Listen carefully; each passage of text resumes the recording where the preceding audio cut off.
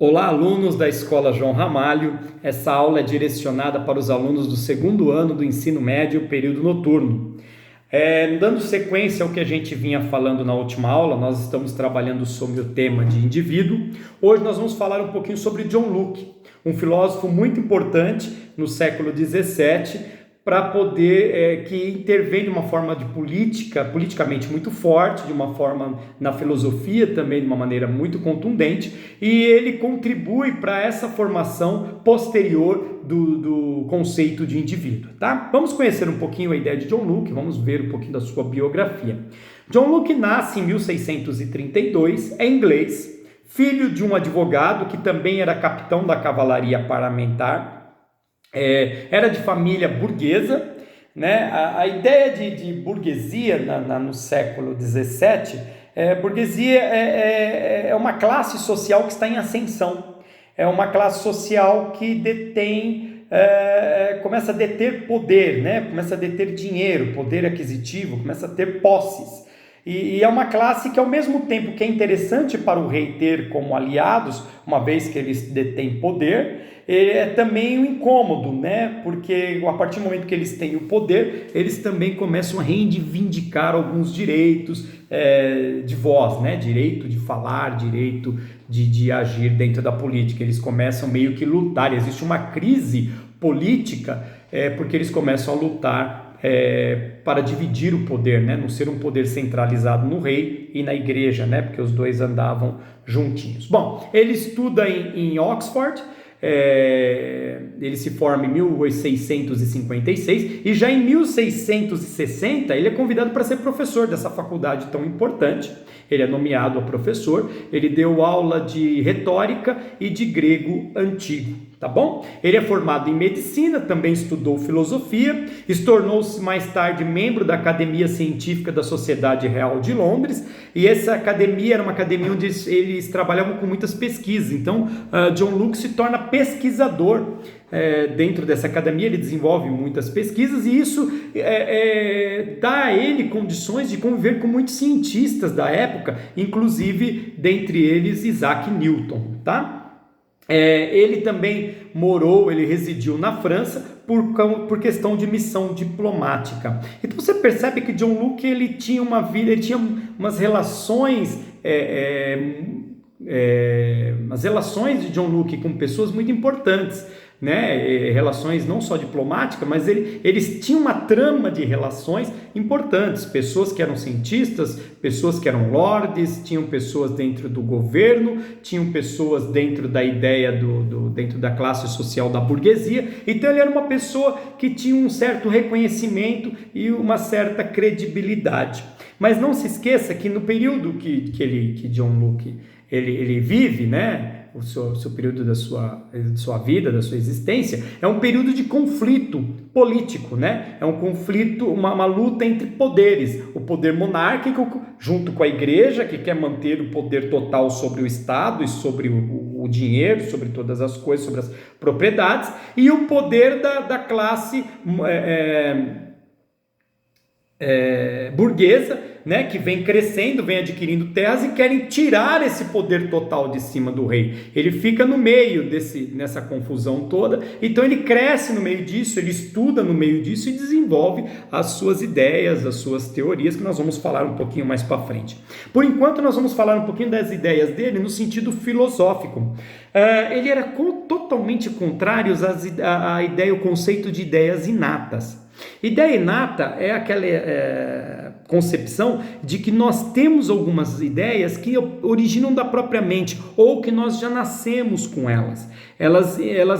Nós adquirimos, ou melhor, nós a temos independente de experiência, elas vêm com a gente. Esse conceito de ideia inata, quem defende ele é Descartes, e muito antes dele, se não me engano, Platão, ele trabalha esse conceito que pessoas nós já nascemos com algumas ideias inatas, e com o passar da vida essas ideias vão se revelando, quer dizer, elas já estão intrínsecas em nós e com o tempo elas vão se revelando.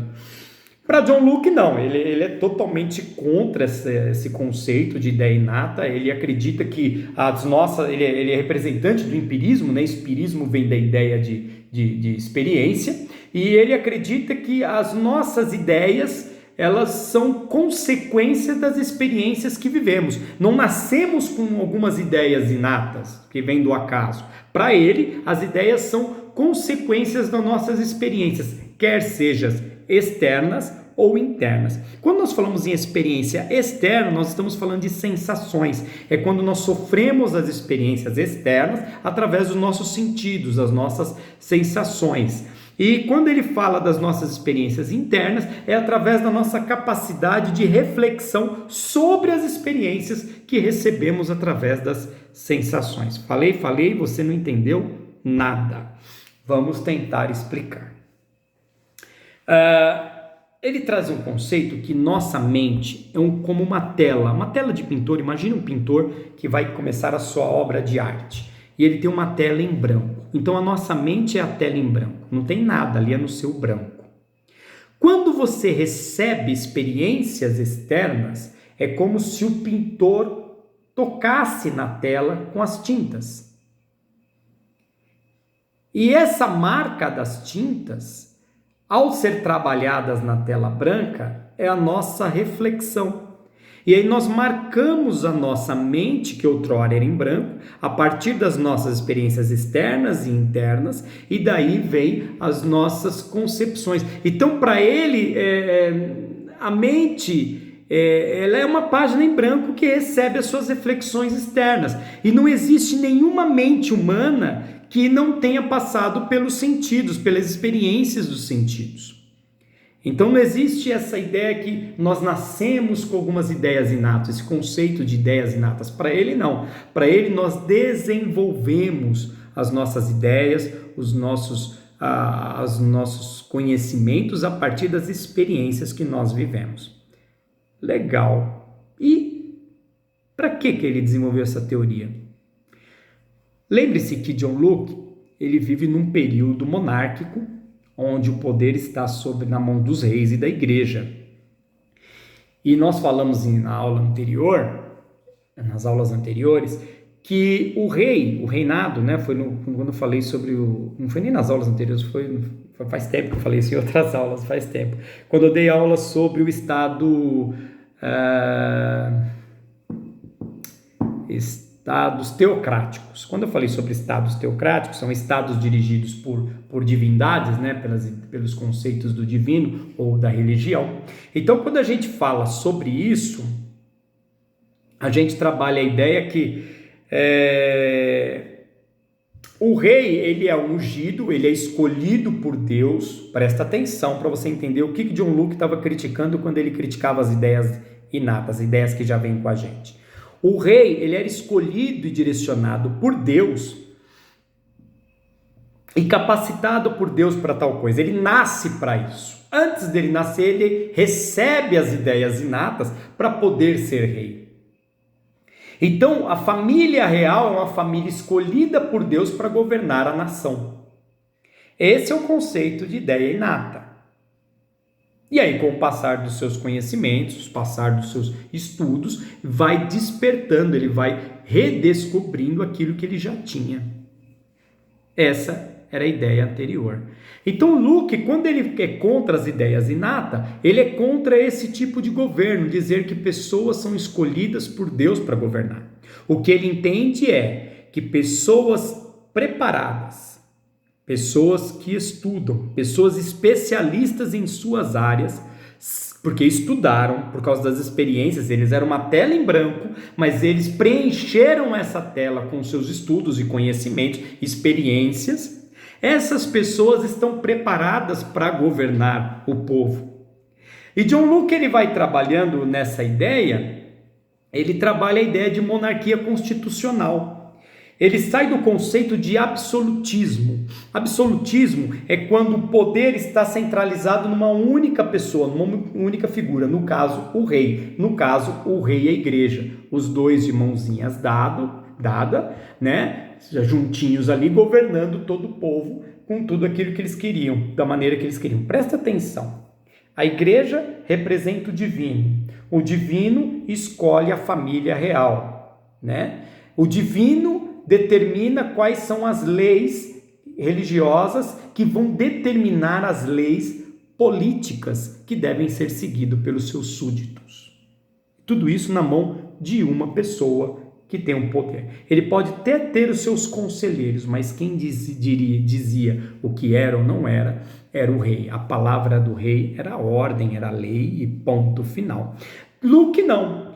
Quando ele trabalha essas ideias, ele começa a trabalhar o conceito de monarquia constitucional. Monarquia constitucional é um sistema político onde o rei e a rainha, ou rainha, eles têm os seus limites, ele tem limites para as suas decisões. Eles são cerceados, eles têm alguém que dá um breca. Nesse caso seria o primeiro-ministro, né? Ou o parlamento, ou seria o poder executivo do país. Seria alguém que falava assim, peraí, o senhor pode ser rei, mas você não decide tudo sozinho. Existe um grupo de pessoas aqui, nós vamos discutir essa ideia. Sai do poder do absolutismo, que está na mão de uma pessoa, e parte para o poder de monarquia. Continua existindo o rei, mas ele não tem mais o poder sozinho, ele divide isso com outras pessoas. Tá? Gente, é um tema assim que talvez vocês tenham dificuldades de entender. Não se esqueça que nós temos o nosso grupo de WhatsApp e, por favor, me procurem lá, ou pode me procurar no número privado, né? Para que a gente possa tirar dúvidas, para que eu possa tentar esclarecer de uma forma melhor. Porque às vezes aqui na videoaula, vocês sabem que eu não edito a videoaula, ela vai do jeito que saiu, nem que eu grave 4, 5 vezes. Quando eu falo muita besteira, eu vejo que viajei, eu corto e começo de novo. Não é que eu edito, não. Começo tudo de novo para ir na linha de raciocínio. Então, dúvidas, vamos para o grupo do WhatsApp. Nós também temos o nosso canal do chat dentro do aplicativo do governo do estado, né? Para a gente poder tirar as dúvidas. Vamos anotando aí, a gente esclarece lá. Bom, então eu estava falando sobre a monarquia constitucional e agora e essa ideia então do governo não está na mão de um rei só. O governo existe algumas pessoas que têm voz, né? E essas pessoas, elas meio que são representantes de outras pessoas que têm poder. Quem são as pessoas que têm o poder? A burguesia, nesse período, né? São os que começam a incomodar. E foi aquilo que eu disse no começo. De repente, para o rei é interessante você ter a burguesia ao seu lado, mas tem hora que a burguesia começa a exigir algumas coisas e você começa a perder o poder. E quando John Locke vive, durante a sua vida, existe essa disputa muito forte entre o governo monárquico, no sentido absoluto, né? E esse governo meio que constitucional. E John Locke, em momentos da sua vida, ele vem muito forte para cima da política, ele vem de uma ideia de liberalismo, uma política mais liberal. Ele tem hora que ele tem que se exilar, ele vai para a Holanda, por exemplo, refugiado, ele tem que fugir, porque é a hora que o absolutismo está em alta. E aí as pessoas que pensam diferentes do governo, do rei, né, de quem está na bola da vez, na hora que as pessoas que pensam diferente são perseguidas. E outra hora, quando esse conceito cai e a ideia de constituição monárquica cria mais força, essa política liberal cria mais força, ele consegue retornar e aí trabalhar as suas ideias.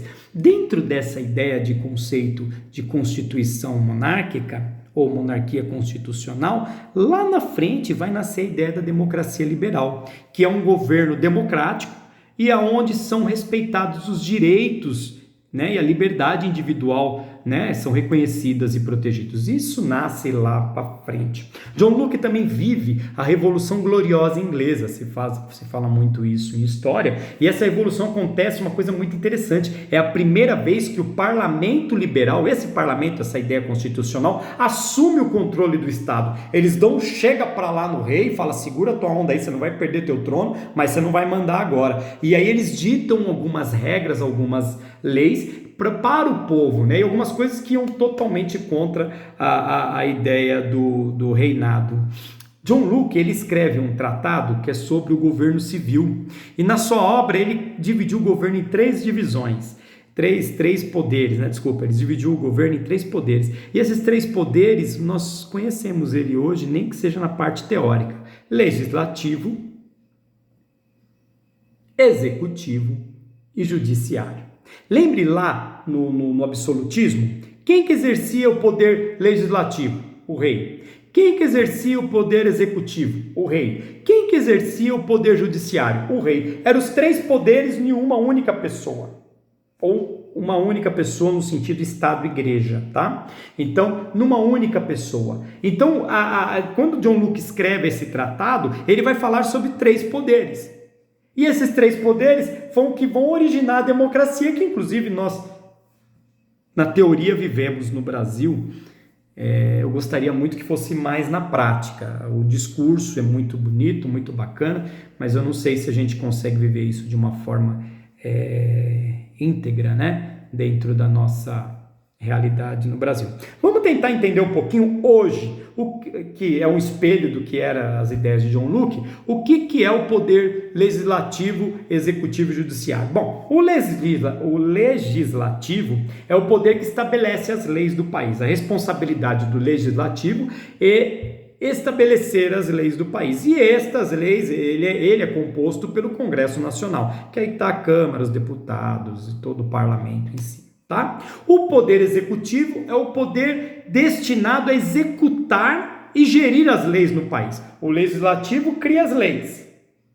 Presta atenção em quem você escolhe, quem você vota, porque se ele te representa, ele tem que te representar. Porque quando ele vota a lei ou cria as leis, ele está representando a sua vontade. Se o legislativo é aquele que cria a lei e esse é aquele que eu votei nele para que ele esteja lá, ele tem que representar aquilo que eu penso sobre essa lei.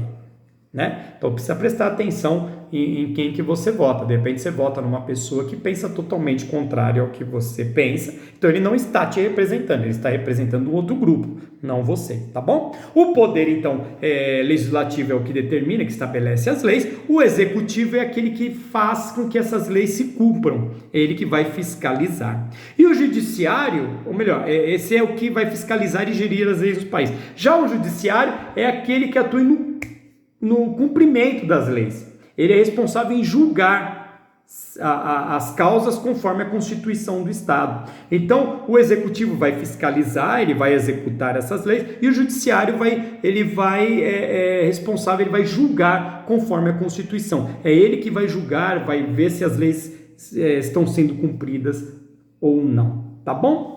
E também, além disso, John Locke ele contribui com relação ao que nós chamamos de direitos naturais, que vai nascer lá na frente. São as ideias de John Locke que traz essa ideia. O que são direitos naturais? Direito à vida, à liberdade e à propriedade privada. São os direitos básicos que depois, lá na frente, vai sair os outros direitos. E tudo nasce de uma ideia, não só de John Locke, mas de outros pensadores da sua época também. John Locke também trabalhou sobre a importância, quando ele estava no exílio na Holanda, ele escreveu sobre as cartas sobre a tolerância, entre elas a tolerância religiosa. John Locke defende que as religiões devem ser